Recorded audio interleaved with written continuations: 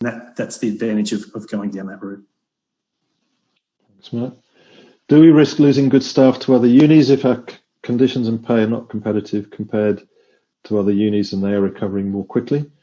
Look, there is a risk of that. It depends what motivates staff, of course. Some staff might be motivated to come to La Trobe or stay at La Trobe because we are a community with a unique culture and ethos, which could be expressed through the willingness to share in the task of saving jobs. So I wouldn't necessarily assume that the only thing that motivates staff are pay and conditions, that there are other more intangible aspects of a university culture and life and work in a university that are as important, if not more important. Now, can we consider giving staff the option of cashing out long service leave to help reduce liabilities? I think that's a good idea. And Mark, I think we could do that. Can I jump in? Our collective agreement doesn't allow for that. It doesn't allow for payment in lieu of accrued long service leave. It expressly excludes it. And there's nothing in the. Thanks, Regan, for preventing me from falling into error there. But there's nothing in the job protection framework that would allow that either, is there? No, it didn't include cashing out. I think it's a legal thing as well. There's a specific long service leave act in Victoria that has quite strict conditions on the use of long service leave, so I imagine it falls under that. Yeah. If we go into administration, which Mark has just said is a very low probability, will staff be offered paid redundancy packages? Well, I don't think that's how administration works. But Mark, do you want to? I think the intention is we're not going to be in administration. So yeah, I don't think it's relevant at this stage. Why didn't VCs come out swinging 2 weeks ago when the government fell on its sword to the tune of 60 billion in JobKeeper costing? Well, the Vice-Chancellors did. It may not have been very visible, but I know from my position on Universities Australia that there were very strong and have been strong representations to government about the importance of including universities in JobKeeper. Sadly, they are just determined, it seems, to keep us out. And we know that from the 3, maybe 4 times now that they've changed the JobKeeper rules. They have allowed the private universities in, so universities like Bond, Notre Dame, and Torrens, which is a part of a multinational based in Baltimore, have all been allowed into the JobKeeper scheme. They are just really not for budging on that where it comes to the nation's public universities. Write to your local MP if you haven't already, and I know that a lot of you have, and thank you for that. Has there been economic mismanagement leading us to this situation? I don't believe so. And I'll ask Mark to speak to this as well, but the university's cash situation has been the result of Mark and I and the rest of senior executive working to the instructions given to us by Council. So Council has set the minimum cash balance that the university needs. And one reason why Council elected and has decided for some time not to build up large cash balances is the urgent need to reinvest back into the infrastructure of the university. Because, I mean, let's be honest, this institution did not have a lot of maintenance or new buildings for a long period of time, probably a period of 2 decades. So the priority in the recent few years has been to rectify that period of underinvestment by making sure that we are investing in our real estate and particularly in our IT systems. So the view has been that it's better to invest the money in a productive way than have it sitting in a bank account gathering interest or in other forms of investment. But Mark, do you want to add anything to that? No, absolutely. I think the key thing is we've backed an investment in ourselves for new facilities, new IT, and the capital investment, and that's where we've put it rather than putting it in an investment fund somewhere to build up. So it's really been trying to build the capability within the universities where we've invested. Next question. Why should workers work harder in COVID-19 mode and get paid less for it? Thank you is not enough. Look, I completely understand that. Trust me, I'm, being paid 20% less myself, and I haven't had a weekend off in the last 3 months. So I understand your views on this. The answer is that we're asking you to make a collective sacrifice so that jobs can be saved. That's the ask. And I realise, and I'm not pretending that it's a pleasant or an easy thing to ask you to do, and I can understand why you'd feel angry and resentful about it. But it is, we believe, necessary and will be effective in saving the jobs of some of your colleagues. Now, how will staff going on parental leave be affected? Will their parental leave pay be cut by 10%? Emma or Regan? Yeah, John, I think with parental leave, there's a real fairness piece here, and we've spoken about not wanting staff to be disadvantaged. We are picking through the finer points of the variation. We are looking at the protection of parental leave for that period. Okay, thanks, Emma. The pay freeze for 2022 is not in the framework. It's a 12-month variation only. True. Well, if extended, it takes us out to 18 months. But you're right, it's not in the 2022 timeframe at all. Look, who knows where we're at by that point, and some extension may have to be contemplated. We may be in a completely different set of circumstances by then. But you're right, for the time being, for the next, the variation applies if extended for the next 18 months. Now, how many additional jobs will be required to be made redundant, even if the job protection? I think we've answered that one already. Mark, do you just want to repeat the answer we've given? Yeah, so we expect somewhere around 400 to 425 jobs would need to be made redundant if the framework was adopted. Yeah. Now, this is all based on our best guess as to our forecast revenue for next year. And the big variable in that is international student numbers. So we're currently doing our best to forecast these revenue outcomes on our best guess as to what those numbers will look like. But there is no evidence at the moment that those numbers are going to start coming back quickly. They might pick up towards the second half of next year, but at the moment I doubt whether we'll have any significant new intake of students either in second semester of this year or first semester of next year. If we're wrong, and if suddenly there's a vaccine found and we can reopen borders, then those numbers will improve very significantly. And there'll be 225 very grateful staff who we wouldn't have had to make redundant in order to balance the books this year. Now, what can we say about the number of VRs that were requested? Maybe it's just best to say that we're factoring in 275, I think, at the moment. Is that right, Mark? Yep, correct. So I think you can assume it was more than 300. So a significant response, very significant response. Now, what planning is being done if the framework is not endorsed, and how will we respond quickly to ensure its future? Mark, do you want to talk about that? Yep. So effectively, we're looking at Plan B option through that. So we've talked about the fact that we have forced redundancies. If the framework was to get up, we would need to accelerate the timeframes to look at those forced redundancies and most likely add to it to cover the savings that the job protection framework would have been done. So it's really looking around going hard on some of the forced redundancies, which we'll have to utilise as part of addressing that situation. And we'd also have to have another look at expenditure on casuals and on all non-salary expenditure.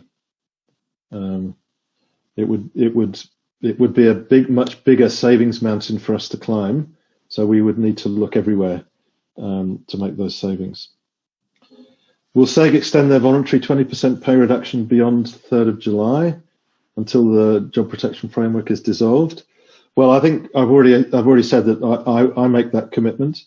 I will ask my colleagues in SEG to make that commitment as well, but I can't make them.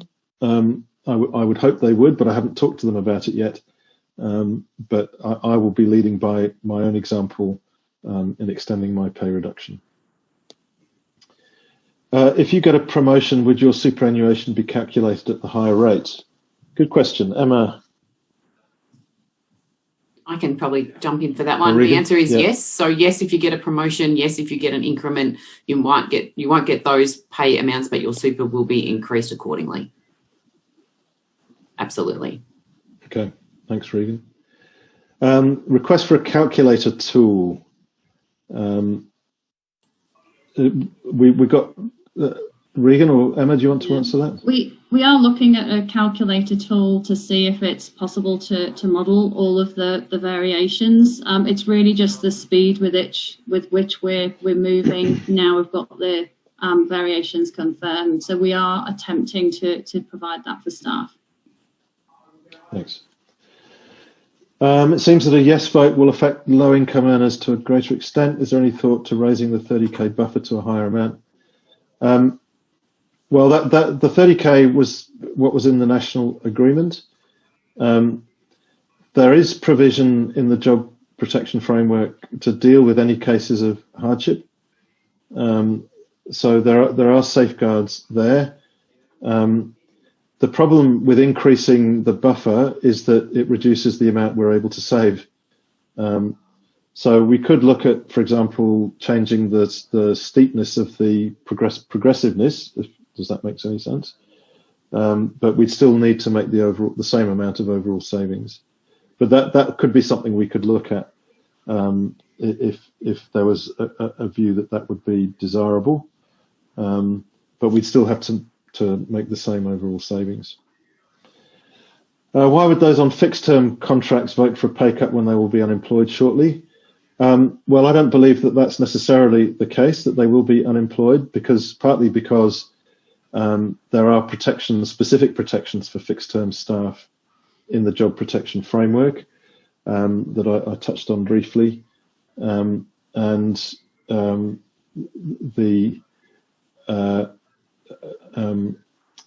other comment I'd make there is completely gone out of my head. I'm sorry. So if the job protection framework is voted up, then there would be those protections. I can't remember the clause numbers for staff to look at who are particularly interested in this. But as I said, where there's available work, and a fixed term or casual member of staff would normally expect to do that work, then they will be given that work before anyone else. A few weeks ago, we were told that our financial position wasn't as bad as other unis. Now we're told it's much worse. Why the change? Well, it's true. When our financial position is about medium for the sector in terms of the impact on our revenue. We're nowhere near as bad as somewhere like Sydney, UNSW, or Melbourne or Monash, who are much more exposed than we are to international students. I think what's different in our case is our lack of reserves that are easily accessible for us to manage the downturn in revenue. So I don't think the two are inconsistent. I think the revenue impact on us is about average for the sector. Where we differ from the rest of the sector is our capacity to cover those revenue downturns from our own resources. And look, let's be honest, the rest of the sector's capacity to meet the revenue downturn from reserves will very quickly run out. I mean, a lot of universities will burn through their reserves for this year, but it's not clear to me how they're planning to get through next year when, as Mark's numbers tell us, the revenue downturn could get even worse.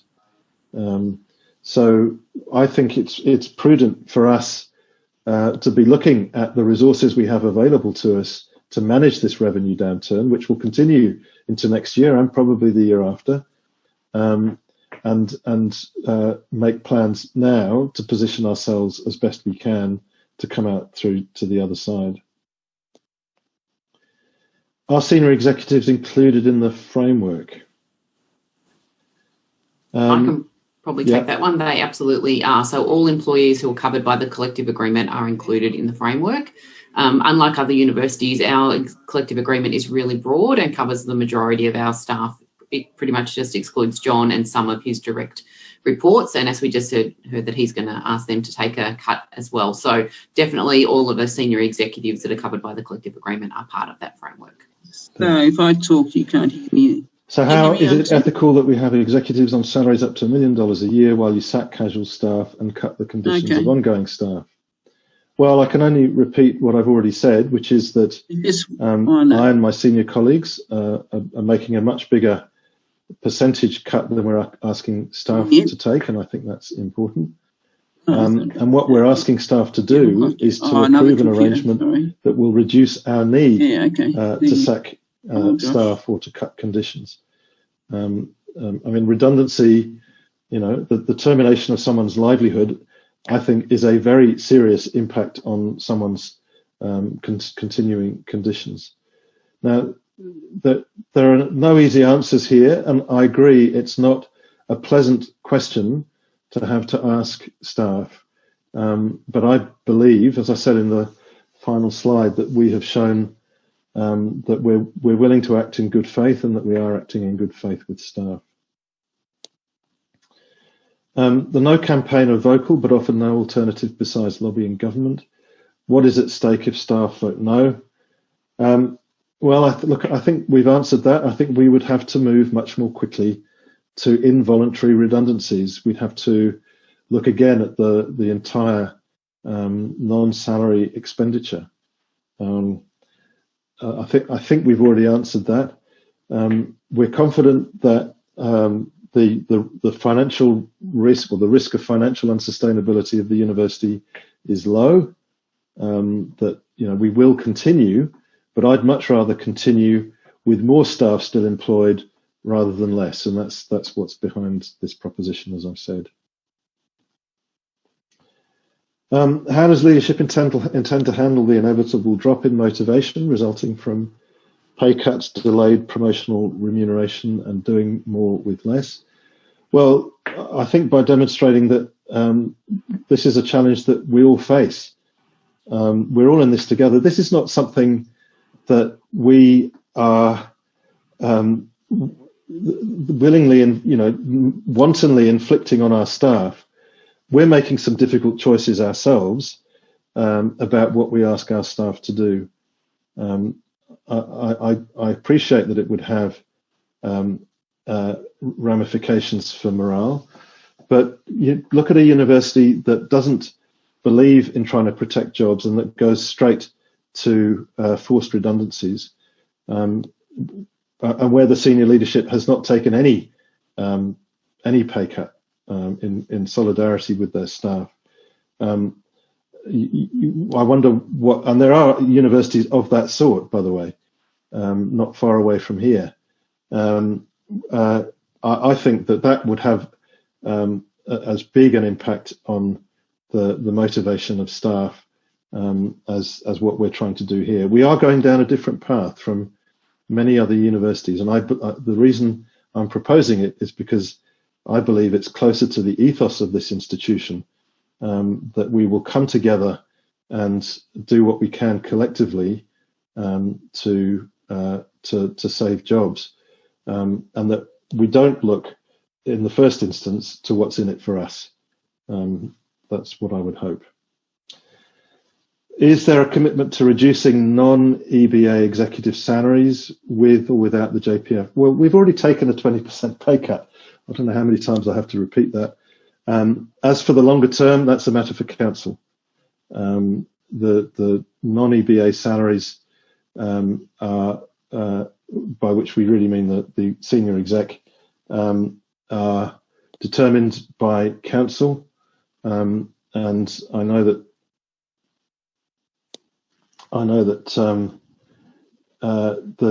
the chancellors collectively are very concerned about levels of executive remuneration, and they, I'm sure, will be doing something about it, but it is in the hands of remuneration committees of governing bodies.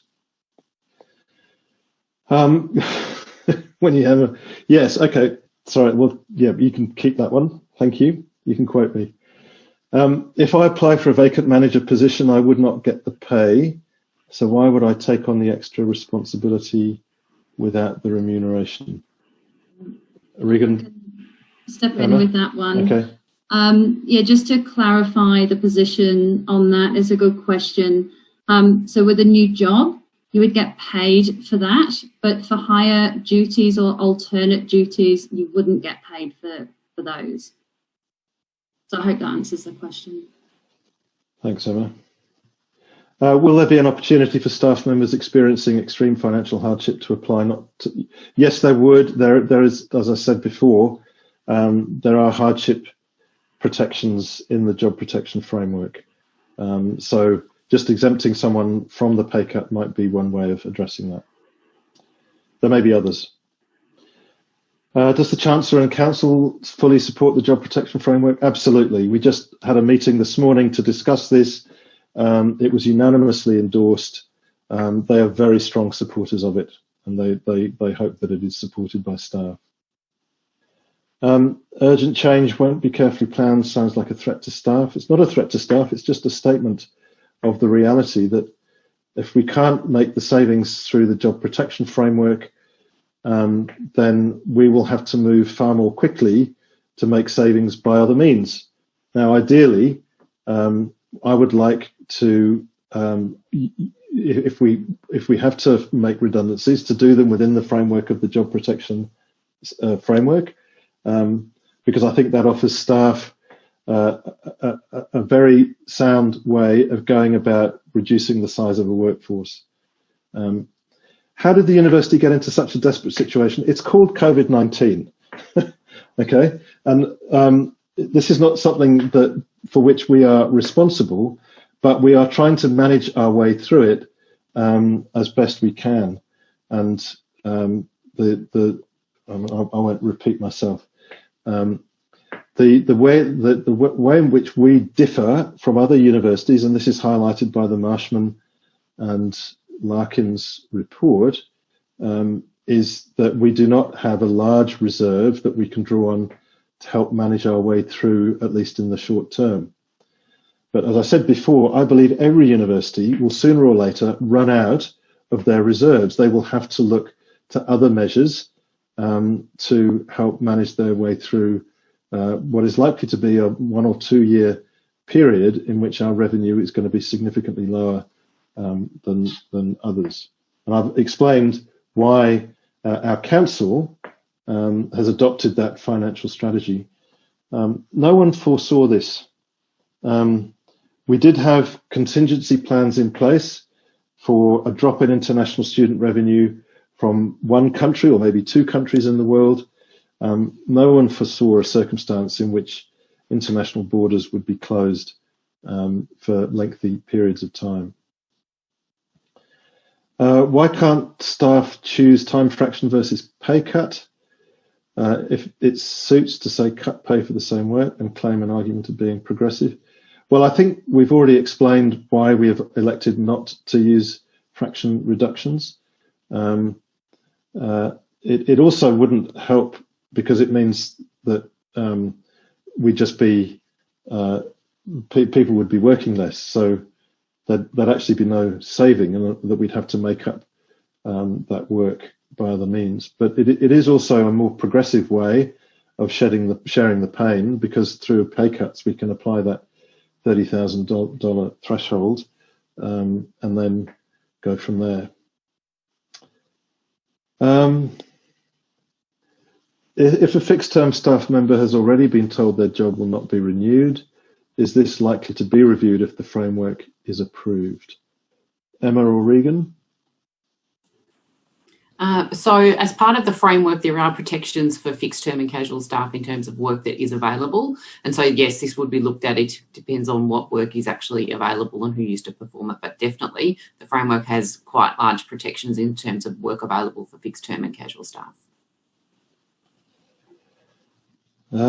If fixed term staff, sorry, we can hardly take holidays during this period. How is reducing annual leave to 10 days fair for staff well-being? Emma or Regan, do you want to take that one? Yeah, look, I absolutely understand the sentiment of that comment. It is a challenging time. We know workload in some areas has gone up exponentially. However, we would encourage people to try and take leave where they possibly can for well-being, and please talk with your manager if this isn't possible.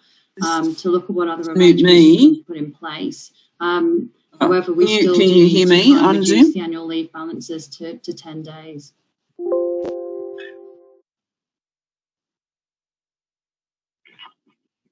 Hello, can you hear me? Excellent. Good on you, Josh. I'm assuming that means the sound for my other things is fixed as well.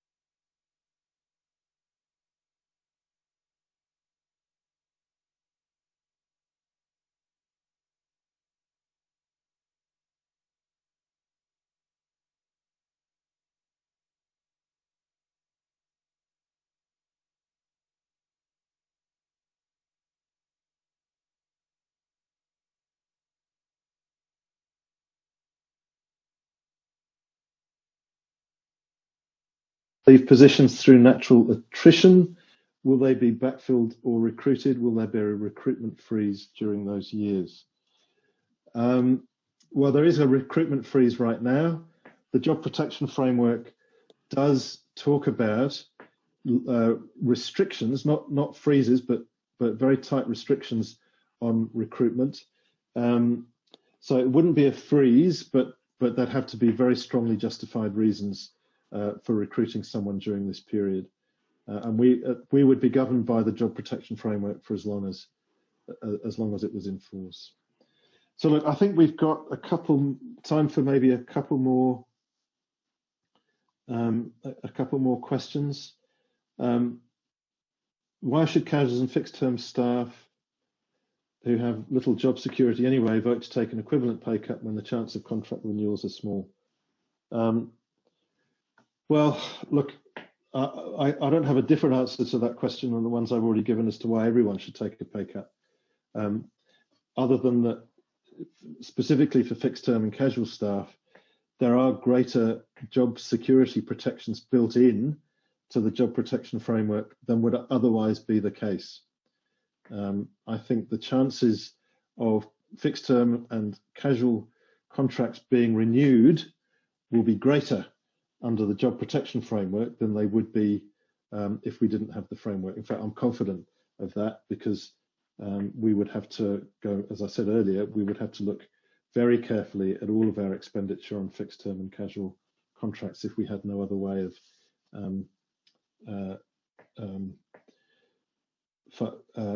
finding the savings. Look, I think I've answered the next question as well. How can our situation be so different? There are other universities who will adopt elements of the framework. So you probably read about what's happening at Western Sydney. They are going to adopt a variation of the framework. Monash will, the University of Western Australia will, the University of Tasmania will, and I know that there are a number of other universities who are actively thinking about it. So I don't think our situation is all that different from other universities. We are perhaps one of those institutions that stands to benefit significantly from it because of our limited capacity to cover the temporary downturn in revenue from our reserves. But we're not alone in that. And you will have seen that there were 6 other universities, 2 of them in Victoria, RMIT and Monash, who were in that same category. And that could explain why Monash are interested in the job protection framework as well. Anyway, look, thank you very much for your questions. Thank you for your patience. I can tell from Mikey, who keeps an eye on the numbers, that the viewership has held up very well throughout. So thank you for your attention. Thank you for your questions. And you will be hearing more about this. And if you have any further questions, we will be giving you plenty of opportunity to get the answers you need. And thank you to my senior colleagues as well for your time. Thank you all very much indeed. And thank you, Mikey, once again, our technical wizard. Thank you. Thank you, John. Thank you to all of our presenters today. The live streaming